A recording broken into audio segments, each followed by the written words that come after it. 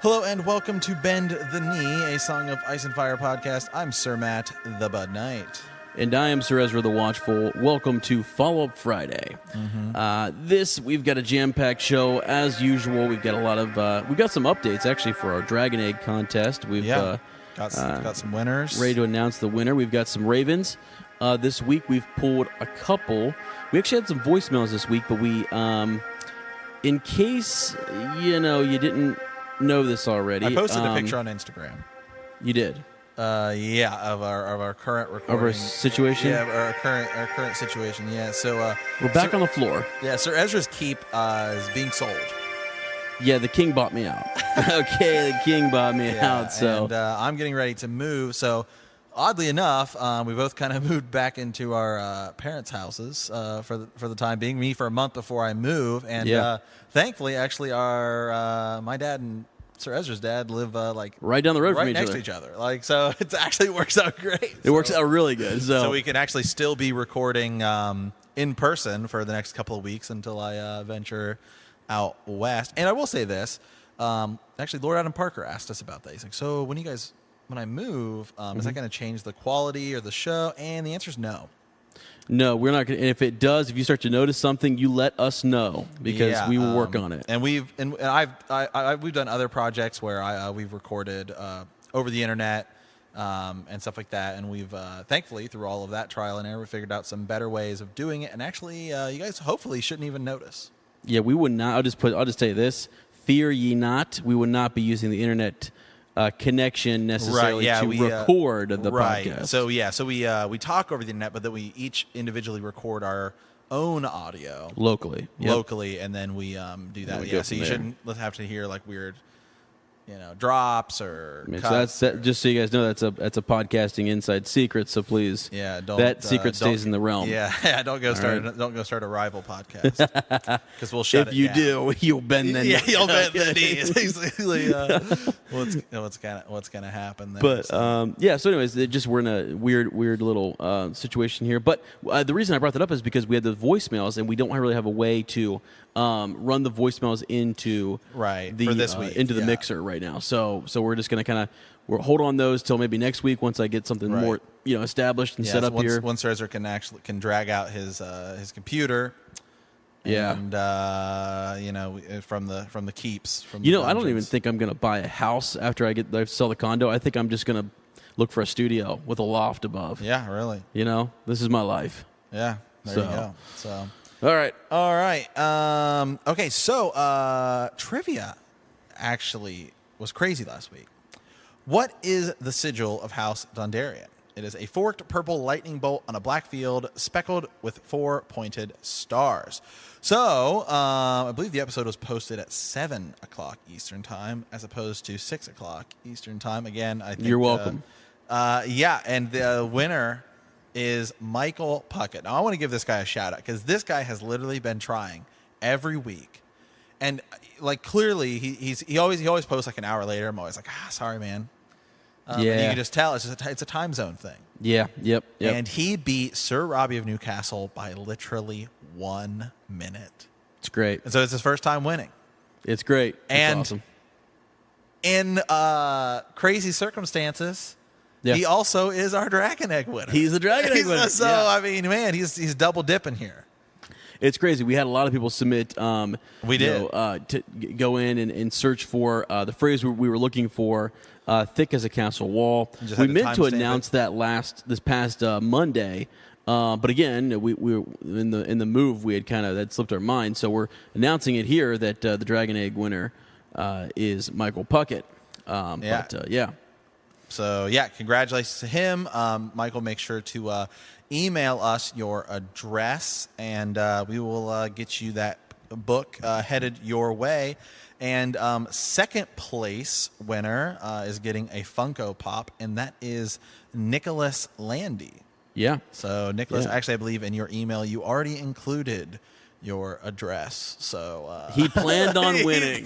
He planned ahead. That's what I'm talking about. So we will send that out to you, Sir Nicholas and Sir Michael. We appreciate it. It was a lot of fun. I think. What do you think, Sir Matt? A couple every Every couple months. Couple I'm months, thinking 2 to 3 months. Here's what I'm thinking, Sirez. I'm thinking about October, September. Mm-hmm. Yep. Maybe we go ahead and hook somebody up with a copy of Fire and Blood. Oh my gosh! A first edition, First obviously edition. Fire and Blood. Yep. That should probably be the next giveaway. I like it. Yeah, right around maybe October, maybe November. Right. Something Yeah. like that, Yep. Christmas time. Maybe that's a Christmas gift we send. Yeah, I like that a lot. Yeah, so we'll pick a different phrase and we'll find another way to kind of do put a little Easter / dragon egg into the episodes. And actually now we're thinking forward. So Sir Matt and I are working on phrases to throw into our episodes. Yeah. So if you hear us repeating something over and over, just think to yourself, that might be the phrase that they're might going to be be. the phrase, yeah. So and the contest is still completely open. If you can find the only time we've ever had to stop the podcast and re-edit it. It was a Follow-Up Friday episode. We don't know what we'll give you because I think Sir Matt said he was going to send you, and this is out of his own pocketbook, he was going to send you like the Blu-ray editions. Yeah. I mean, out of my own pocket, I guess. If you can find it. So I mean, you got to timestamp it and send it to us, and I mean, we'll own up to it. I promise you. We will. Yeah, we'll go halfsies on that Blu-ray edition. Oh man, okay, all right. So, let's see. Because it was Sir Ezra who had to stop it. That's true. It was my fault. Yes. Okay. Which is rare, I've got to say. It's so rare. That's why we bring it up. It is rare. We one take this like no one's business, man. Yeah, I know. It's what we do. So all right. And going to go ahead and just go ahead and throw in the trivia for next week right now. Trivia. I know there are people literally, keyboard warriors. They're ready. Yeah. They're sitting there at the edge. Do it. Hey, maybe we should hold on. Or just, false alarm there. False alarm. Was that a false alarm? Yeah, we'll just... let's hold off on the trivia. Let's hold off on it. Okay. I may just throw it in the middle of a theory this week. Oh. Okay. Oh. Somebody just stopped because they're like, oh, trip. Yeah. Right. Yep. Yeah. So Lady Lauren's like so ticked right now. She's like, "What are you doing? Give me the trivia question now." Okay. Yeah. Actually, we might while we're going through this, I might come up with a different trivia question. Something you real. toss it out, and it's a fake trivia. Should it be fake or? I know. We were joking. Maybe we do trivia on a Monday. Like, don't do it on a Friday and do it on a Monday. That would really tick people off. Was there trivia this week? Oh, just hold on. No, we got to keep it on Friday. Really well. Got to keep it on Friday. Hit that Monday episode. All right, here. Let's go ahead and jump into some of these Ravens. Okay. Hold on. I have one on Instagram here. Oh, okay. Yeah, you got a special. Yeah, Raven? this is a special one here. So I got this a couple days ago, and I was kind of thrown off. Okay. This is from Four-Legged Bagel. Say that what? Four-Legged Bagel. Bagel. That's not beagle, correct? I think. Yeah. I'm Bagel, and I'm burdened with glorious purpose. When I look into the mirror, I see a lion. This is a dog Instagram account. Seriously? Yeah. It's Bagel the Beagle. Wow. So, all right, here we go. Longtime listener, first-time caller. My name is Bagel. I'm a female dachshund mix. Oh, so it's not even a beagle. It's just... Okay. Yeah. Yeah, it's a bagel. Dachshund mix. I love dachshunds. Yeah, I mean... So does Lady Lauren. That's her sigil. You're right. Yeah. Yeah. So, I absolutely love your podcast. Sometimes my humans will put it on for me when they leave for work in the morning. I really love the TV show, but I don't like when the wolves howl because it confuses me. My favorite character is Jaime Lannister because he's a young lion like me. I know I'm only a dog, but I like to think I'm a lion. Keep up the good work. I'm your number one fan. That's a dog. P.S. You consult with the ghost almost every week, so having a fan that's a dog is not weird. That's true. That is true. We speak with the ghost every week. Wouldn't you be a hound? I mean, that's wow. We'd have to ask him. I'd have to reply back. Yeah. So So yeah, we need like a formal title there. So that's cool. Hey, you know what? It's happy to hear from you. We appreciate you. Maybe we can get the Lord of Bones to hook you up with one. Yeah, maybe we will. Little Lord of Bones. Okay. So all right, please, hey, if any other animals or ghosts or want to hook us up with spirits, whatever. Right. I don't care. The Chronic Men. Yeah. What are they? I mean, are they a crocodile or an alligator? I don't know. I'll tell you the difference, though. Hey, do you know how you tell the difference? Go ahead and tell me. Go ahead and tell me. So this is how you tell the difference between a crocodile and an alligator. Yeah. One you see later and one you see in a while. Okay? That kills me every time you tell me that. That kills me. All right. Let's moving on. All right, we gotta get to business here. So here we go. We're having some fun. Okay. Hi guys, I've been listening to the audiobook of A World of Ice and Fire when talking about the uprising. Sorry, hold on real quick. I'm just reading it. The uprising, he sends off his wife and children, but makes Rhaegar's family stay. Oh, you're talking about Aerys, the Mad King? Okay. Yep, Yeah. there you go. Okay, yeah, all right. So I'm thinking he knew what was going on and what may happen. And he mentions he was so paranoid, which is why he hired Varys as his master whisperer. So going back to what you say in the last Follow-Up Friday, Varys could have replaced both children knowing they were going to be murdered. So I think Aegon, young Griff, is legit. He's alive. I think both him and Jon have been raised in a very specific way, so they both become characters strong enough to be kings, Aegon being older to be, and Jon to be Hand of the King. And who sent this, Sir Ezra? I don't know. I thought you put this in here. Oh, well, I guess it's a ghost. I guess it's a ghost. I'm trying to think who put that in there. I thought you put that in there. No. I don't think I did. Was that Sir Robbie of Newcastle? Did he email this to He's you? got, we've got Sir Robbie down here, and we've got Ghost of Harrenhal. I mean, I will check. We have a phantom in the dock. We do. Someone is putting in ravens. So our apologies. If we figure out who sent us that, I will mention you here in a sec. But thoughts on that, Sir Matt? Yeah, maybe the idea of Jon being, I don't know about the idea of Jon being Hand and Aegon being king, as they were I guess Jon is a steward. Okay. In the Night's Watch. Okay. Yeah. And he's kind of a bastard, so he's supposed to take kind of like a secondary role. Okay. Maybe. So I could see that. Yeah. I see the thing there. So I think he knew what was going to happen. He makes Rhaegar's family stay. That's kind of interesting. Yeah. Okay. So the idea here that basically Varys would have, possibly replaced both children knowing that they were going to be murdered. Right. So now I thought, this is going back to my theory from last week.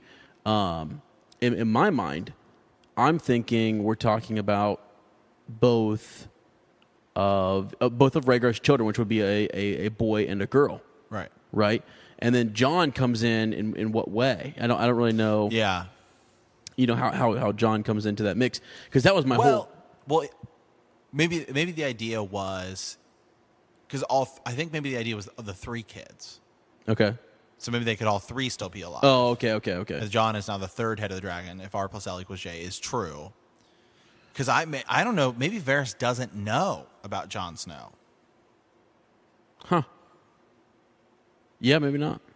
Yeah. Maybe that's why Rhaegar chose the Tower of Joy, and it's all the way off. Because of Varys. Yeah. Yeah. Yeah. That'd be interesting for sure. Because it seems like it's literally out in the middle of nowhere. Yeah. Okay. Yeah. So he says, so I think Aegon is legit. He's alive. I think both him and Jon have been raised in a very specific way. So really, I think this person is also saying that, Aegon's sister, then Rhaenys, is alive, as I was saying. Right, could be. But then that Jon is raised in a very specific way. Right. Unless you're talking about both kids in that, how it talks about Ashara Dayne at one point was with Elia Martell. She was her handmaiden, and possibly if she does. What's crazy is we think about that theory of, why did Ashara leave Elia Martell's company? And it would be either one, to be married, or she got knocked up. Yeah. And she's having a child of her own, perhaps. So that's where some people believe could be Jon. Right. That's where I was saying could be this other child that comes in. Because I think last week, and I'm trying to remember, we were talking about why Lady Ashara was so upset, and and how possibly that someone had sent us a theory that she still could be alive and that her child could have been swapped. Remember we talked about the babies being swapped. Jon does that with Mance's son and Gilly's son, to protect them. So could that have happened with Ashara's child? Here's something. If she was with child, here's again, something to think hypotheticals. About. Here's something to think about. There's another big theory as to who maybe Jon has a twin sister, Mira Reed.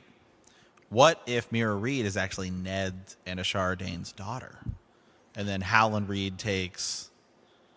Then that way, I don't know. That'd be wild. Just a thought. That would be wild. I mean, yeah, I don't know. I don't know about that one. I mean, I think, how old is she? Do we know? She's the same age as Jon. She's the same age? Yeah. Man, what's up with that year? I know. That's why a lot of people think, they both, like maybe Rhaegar and Lyanna had 2 kids. Maybe that's why she died in childbirth. And that Howland Reed took one back with him because we know Ned and Howland are both there. And because she's described as looking like Lyanna.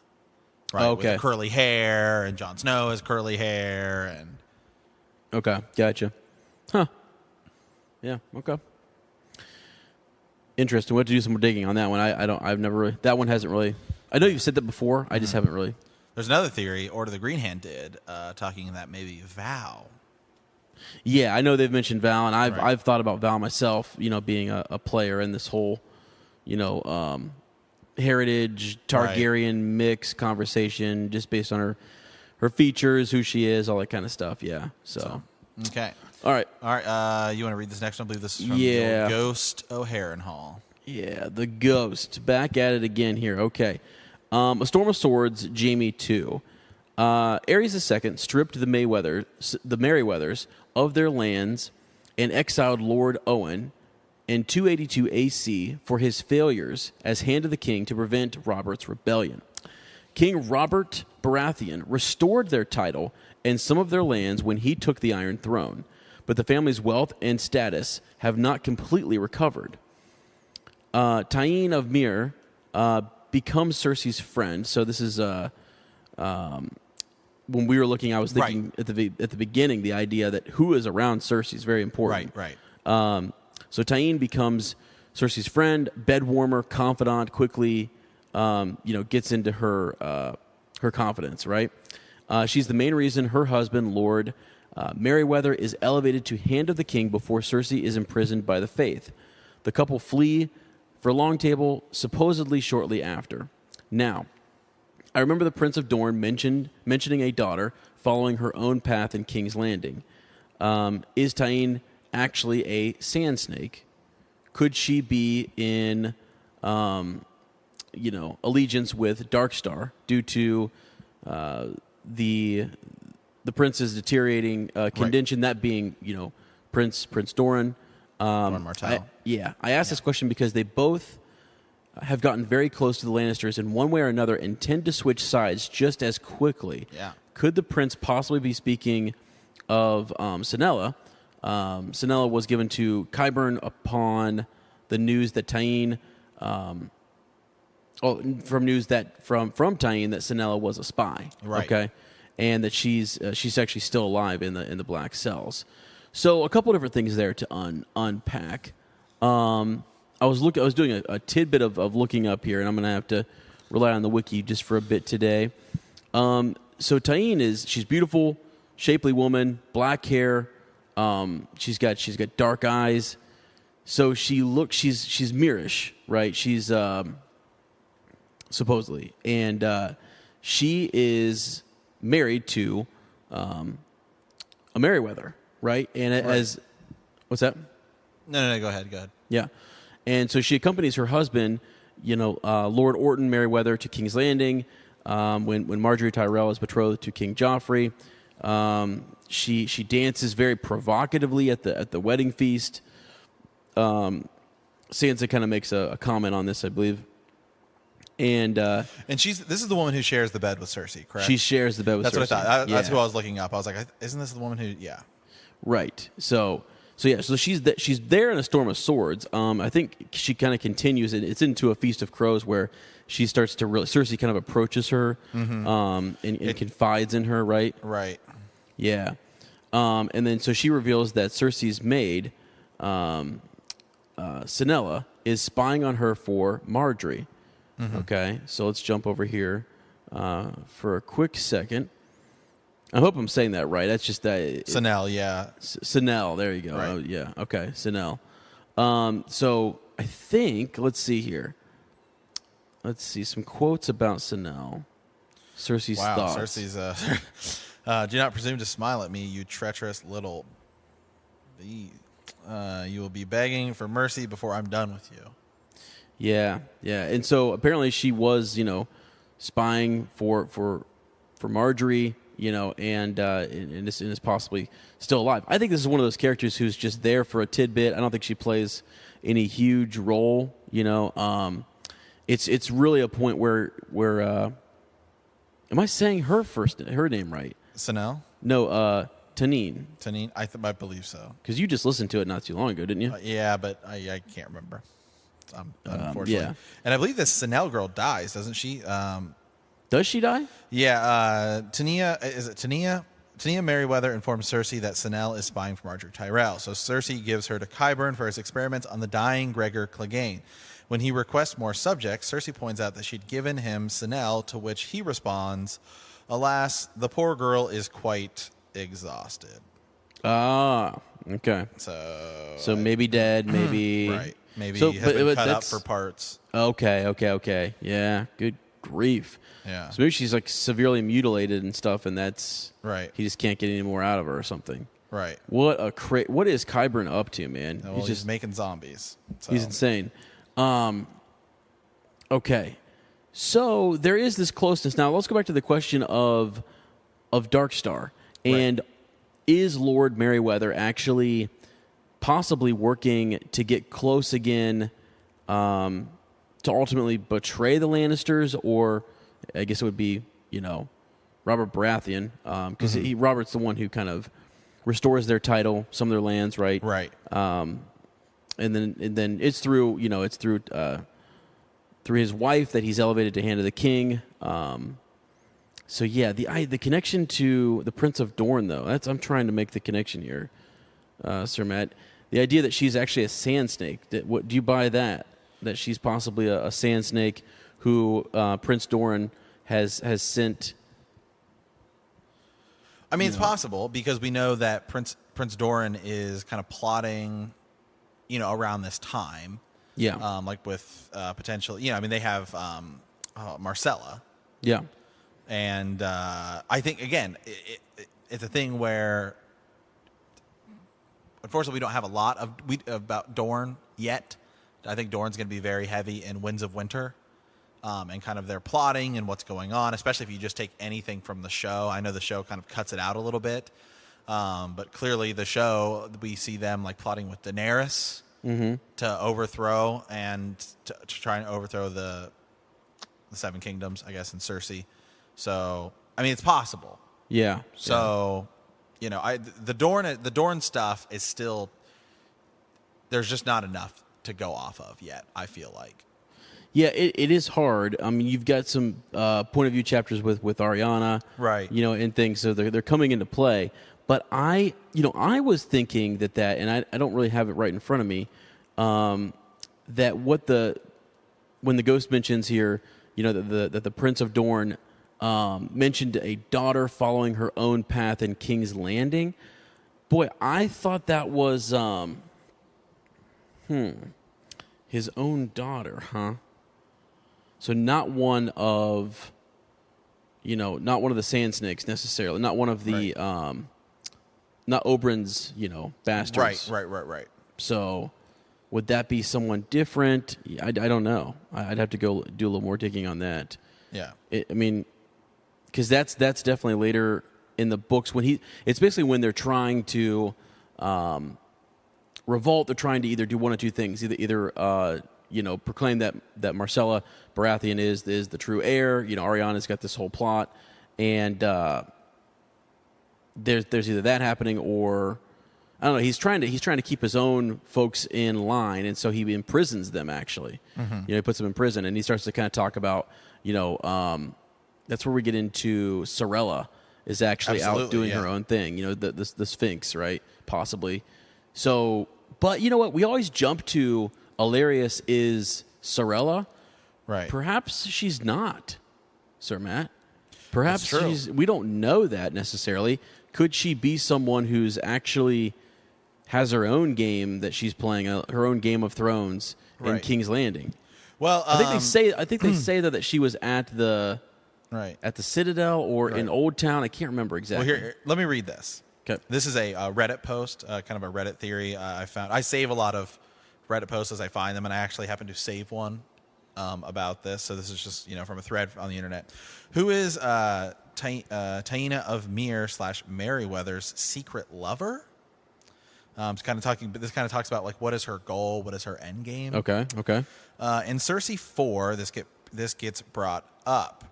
And substantially dealt with at the end of the chapter, but with the invocation of Amira's ship captain. But just before she says that we get the drinking of Arbor Gold, which, as convincing work by others, has been shown as something Martin invokes as to foreshadowing a lie. Example, the other use of Arbor Gold in this chapter comes up right before Cersei claims Sir Gregor died of his wounds with Qyburn, being unable to do anything. Obviously not true given Sir Robert Strong. So who is it and what does it mean? Given it's a lover, Tainia's endgame probably revolves around more than just Cersei and the Tyrells, but who is the third wheel? What does he gain from her? There's a reason there are so many theories about Daario. There's clearly just more than a little we're getting, and Tania is in similar position, though, has spawned less research and theories. And Cersei also asks her a couple times to bring... she asks her twice to bring her son to court, and both times she says no. Yeah, I think her son's name is it Russell? Is that yeah. Yeah, your grace is kind, but Russell has never known any home but Long Table. I fear he would be lost in this great city. Yeah, it says, and just before that, the litter began to slow, which could only mean that they were near the top of a hill. You should bring this son of yours to court, Cersei told Lady Merryweather. 6 is not too young. Tommen needs other boys to play with. What about your son? Okay, so one of the reasons why Cersei was actually kind of relieved that she did leave King's Landing, though, is because of all the incriminating information that she learns. Right. About Cersei and stuff, right? So she's actually relieved to know that she is gone. I just trying to follow here real quick. Let me get back to the Follow-Up Friday doc here. So the question is Tiny actually a sand snake? Could she be in allegiance with Darkstar due to the prince's deteriorating condition? I ask this question because they both have gotten very close to the Lannisters in one way or another and tend to switch sides just as quickly. Could the prince possibly be speaking of Sanella? I don't know about that one because if you look her up, actually, she doesn't really seem to kind of fit the description there. I'm not really sure that she has anything to do with Dorne or Doran Martell. I don't think. Right. But the idea that the Merryweathers might, I don't know. I'm looking up Long Table right now to kind of see where it's at. Yeah, no, not really, man. It's yeah, I don't know. Wasn't she brought to court? Didn't Robert bring her to court in hopes of hooking up with her? Did he? I thought he did. Wow, I don't know about that. I know that I know that she doesn't show up until she's dancing. This thread I'm on. Okay. Oh man. Okay. This thread I'm on is going down a deep rabbit hole here. Because does in this Raven, does he talk about her kid? Not much. About Russell. Well, listen to this. So this is a deep rabbit hole, and this is what I love Reddit. So okay. So some people are saying here that they're saying that the father of her child could be Robert Baratheon. Oh, wow.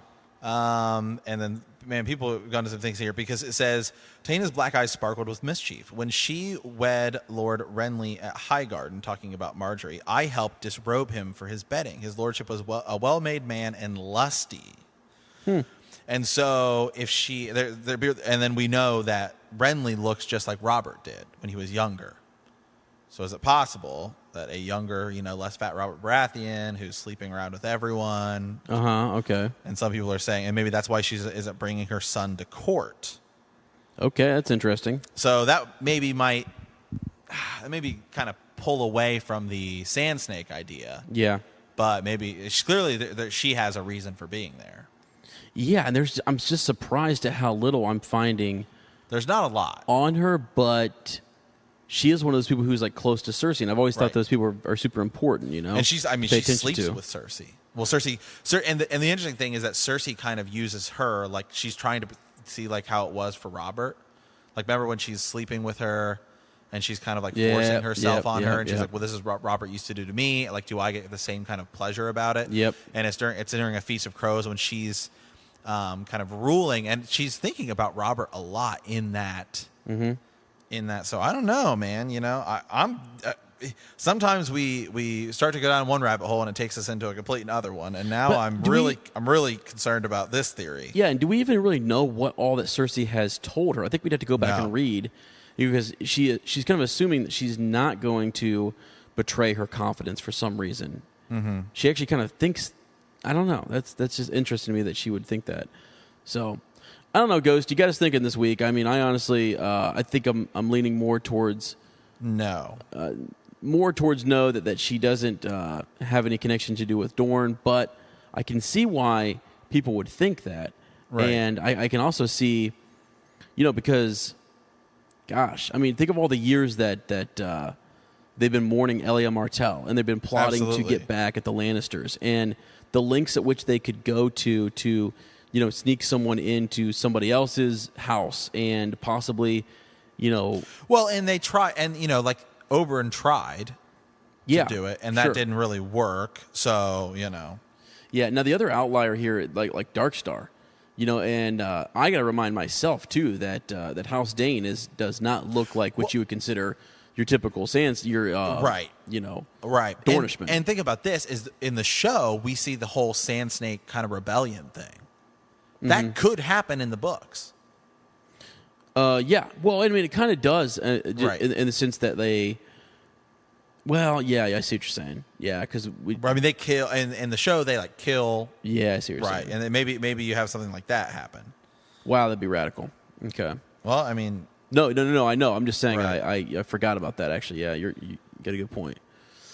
So, okay. Okay. So let's move on from that. We'll honestly have to circle back to that, because I will have to go back and read more on her and. So okay. So both of these are these Sir Robbie of Newcastle? Yes. These are two here.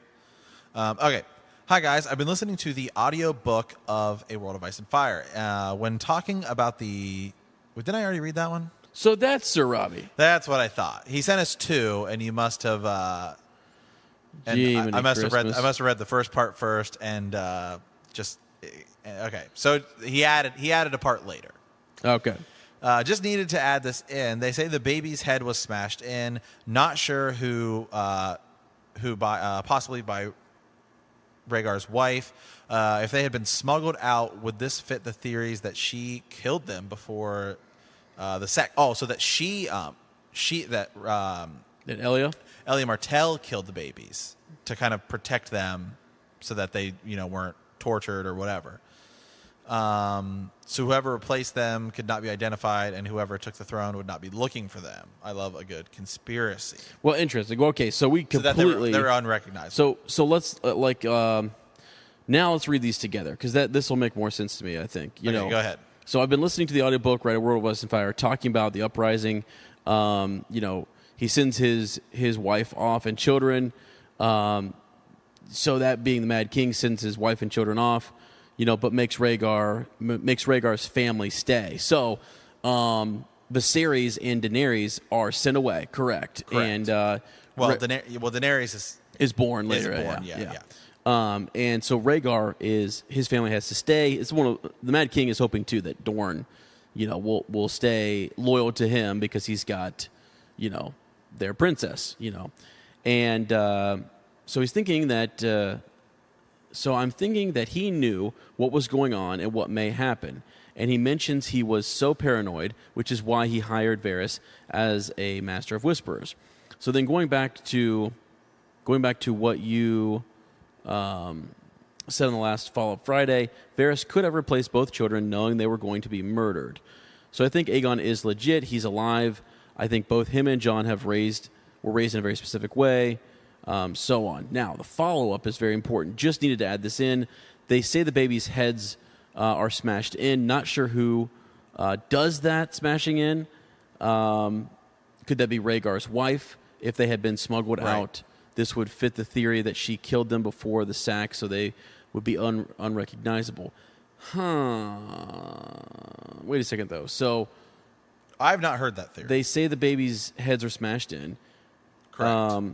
If they had been smuggled out, this would fit the theory that she killed them before the sack. So killed who?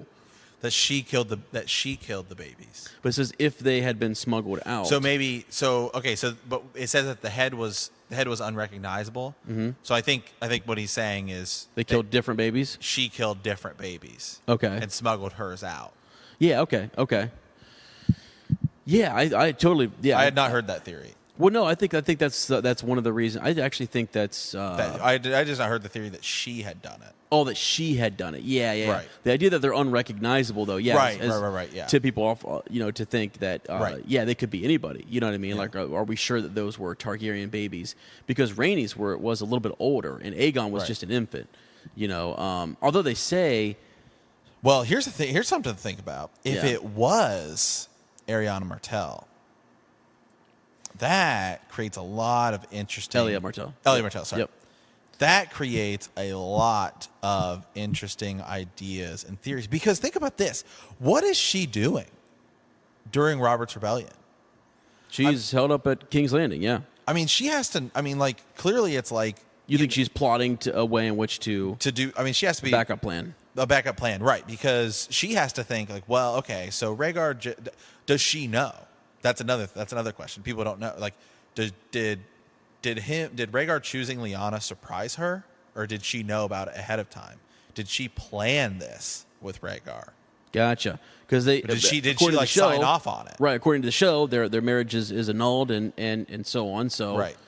And she knows she can't have any more children. So I don't know. It's different. I think maybe she did.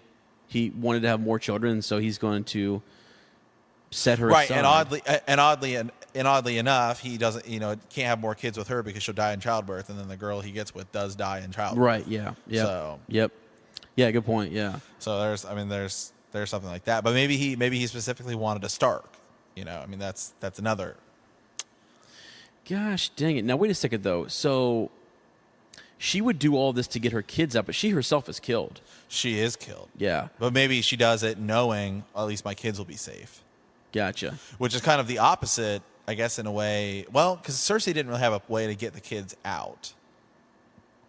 Yeah, maybe. And that's a show thing, too. That's not in the books, right? What, you mean with Cersei and her when they're... Almost giving Tommen the essence of Nightshade? I think that's in the books, too, man. Okay. Yeah. I'm pretty sure. It's been a while. So I'm so far removed now from Clash of Kings. They didn't really have you're right. They didn't really have a way out. I mean, they were kind of... They were just... there were ways out. They just didn't know all the secret passages. Yeah. So, but I guess... I don't know. That's actually a really interesting theory that she was the one who did it. Because think about this. Then that means she would be plotting with Varys. And that means that the whole R plus L equals J, or just... That puts it on another level. Because we kind of assume that she's just like hanging out, or that she's upset, because we know the Martells are obviously upset. Yeah. But if she was in on it, then that kind of changes things. Yeah, I guess I can see that. Yeah, you're right. It would. It just makes me like look at Varys though and say, "What are you doing? What's going on? Whose side is he really? Who's he really serving?" Right. I mean, I guess it's the. Still, if you look at him warning the Mad King about his own son, but still being willing to save his own sons, or the Mad King's grandchildren and his children, and Varys can only do so much. Right. The king is mad, Yeah. But I get you here because Elia too is kind of in foreign territory. She's got to do something to save her children. Right. Because that's all she really has. Because Rhaegar's ridden off. Yeah. To war, and She's just kind of left there hanging out. And I do, going back to last week in my theory and reading up about Rhaenys and could she be Sarella Sand and all that kind of stuff. I get, just like with Baelor Breakspear, the idea that she looks more Martell. I can see why they would say, okay, even Gur saying she doesn't make it. You're looking to keep that bloodline, that pure bloodline. You're looking for the male heir, all that kind of stuff. So if she dies, no big deal. One of the kids has to die. But it just it breaks my heart that he said that in an interview, because I'm just like, what if she's alive? You never know. What if there's a chance that there's another Targaryen, who looks like a Martell? Right. I love thinking about that. So it's possible. I don't know. Okay, let me think here. Anything else on this I wanted to kind of pick apart here? I don't really. No. We apologize there, Sir Robbie. I don't know how that got separated, but that's okay. It's the old Dockeruski here getting jacked up. It is, guys. Sorry, we're having technical issues this week as we're kind of all over the place. But we're still doing this in one take. It is still one. It is still, in fact, one take. They're like, trust me. They're like, trust me, we know. Yeah, don't you even think that we're gonna pause this for a second, try to figure this out. But okay, any other Ravens, Sir Matt? I'm looking back here through real quick. No, actually, I believe that is it. Kind of a short week on Ravens. Well, and we got some follow up to do. Again, I typically will have read the Ghost's email beforehand and have a chance to dive into. I don't even have Storm of Swords in front of me. I typically normally Matt knows I've got like a stack of books next to me, and I'm like, normally you have the books.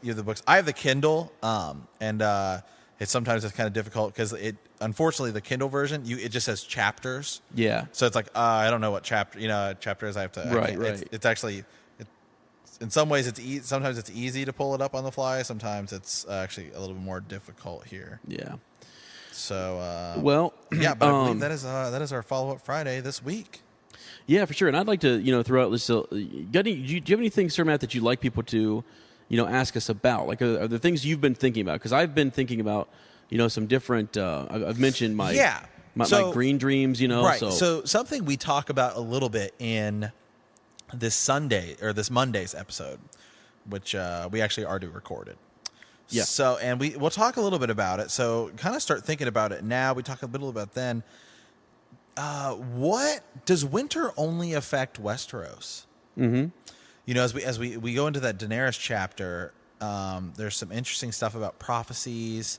The idea that one of her handmaidens talks about the moon and dragons coming from the moon, and one day like the moon will kiss the sun, and dragons will be reborn.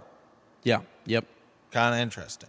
It is. Yeah, it is. And maybe this idea of ice and fire, when you think of night, and when you think of night, you think of the moon.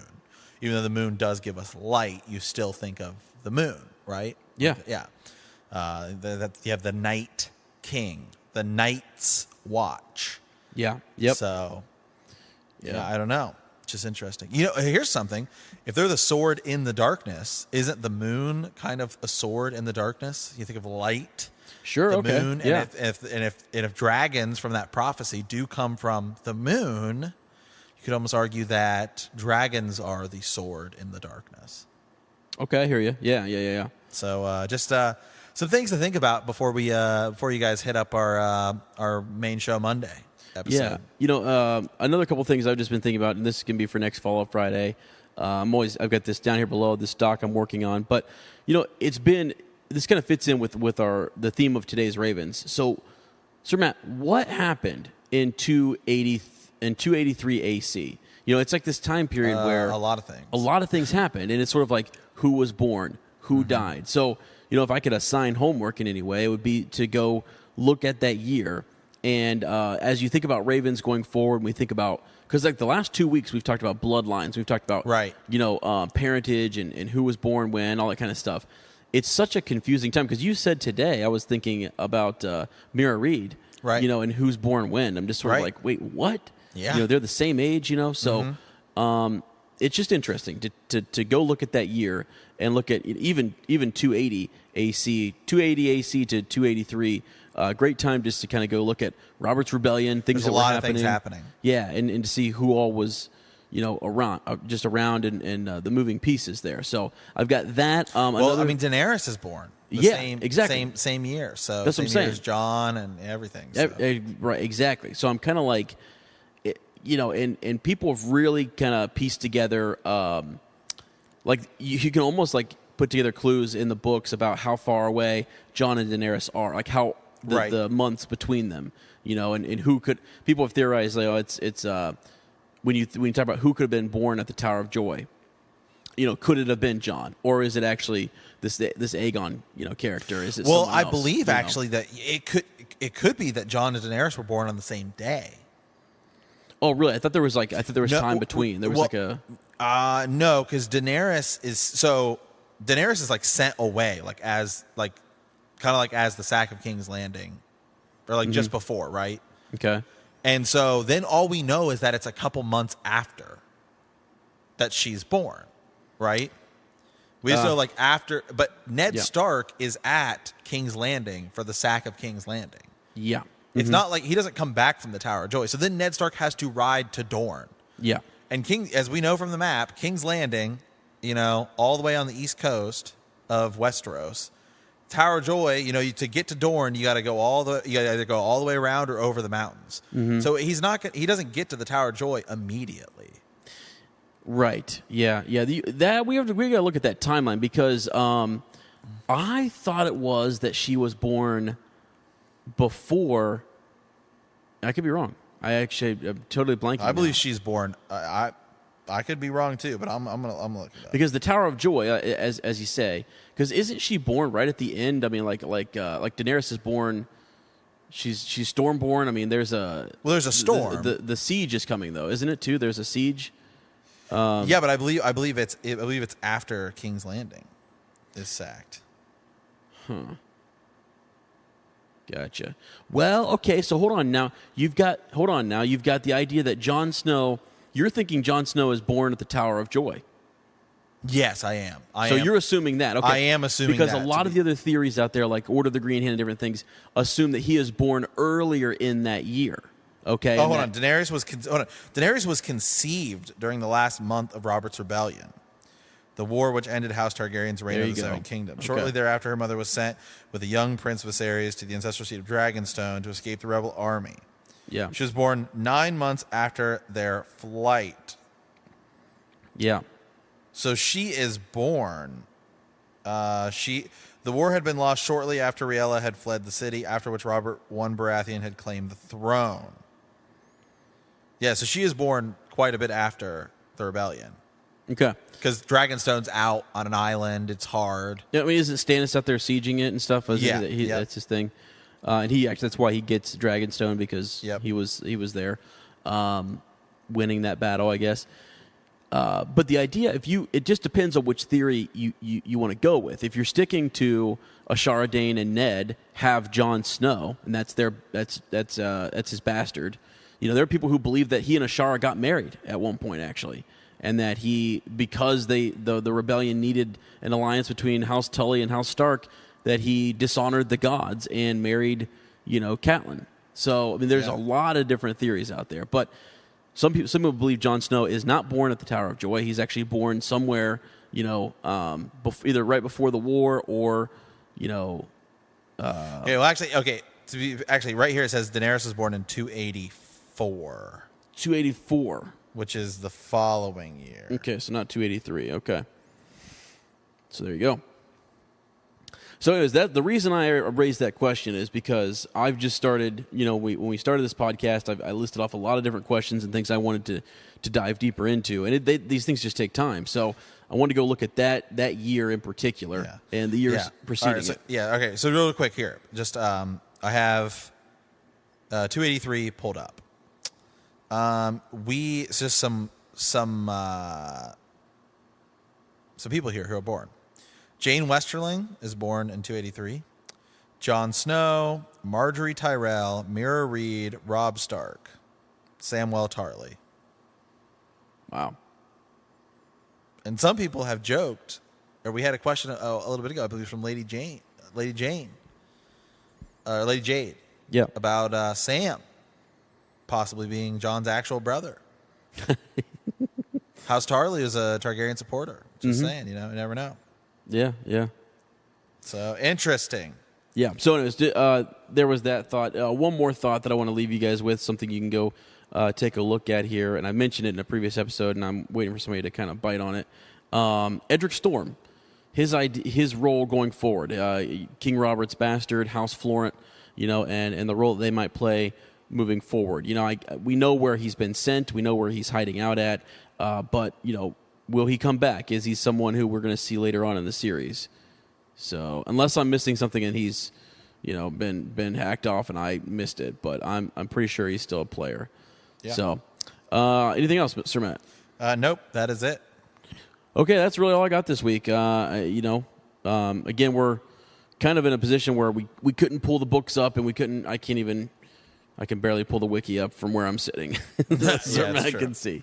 So, but all right, I think that's it. We'll see you next Friday. Send us those Ravens at btkcast@gmail.com. All right, and in the words of House Plum, come at me.